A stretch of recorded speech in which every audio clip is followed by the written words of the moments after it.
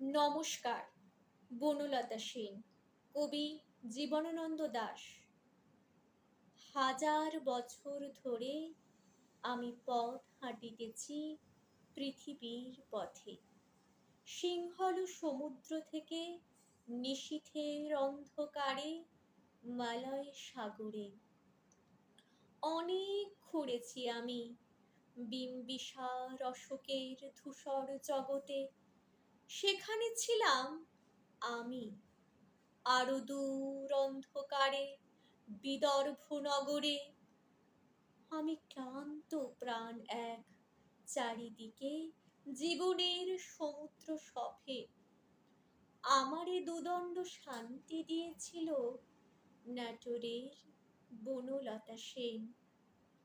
চুল তার কবে কার অন্ধকার বিদিশার নিশা, মুখ তার শ্রাবস্তির কারুকার্য। অতি দূর সমুদ্রের পর হাল ভেঙে যে নাবিক হারায়েছে দিশা। সবুজ ঘাসের দেশ যখন সে চোখে দেখে দারুচিনি দ্বীপের ভিতর, তেমনি দেখেছি তারে অন্ধকারে। বলেছে সে, এতদিন কোথায় ছিলেন? পাখির নীড়ের মতো চোখ তুলে নাটোরের বনলতা সেন।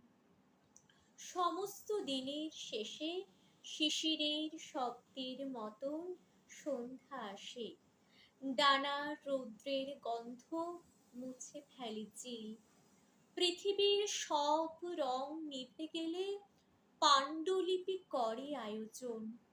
তখন গল্পের তরে জোনাকির রঙে ঝিলমিল। সব পাখি ঘরে আসে, সব নদী ফুরায় জীবনের সব লেনদেন। থাকে শুধু অন্ধকার, মুখোমুখি বসিবার বনলতা সেন।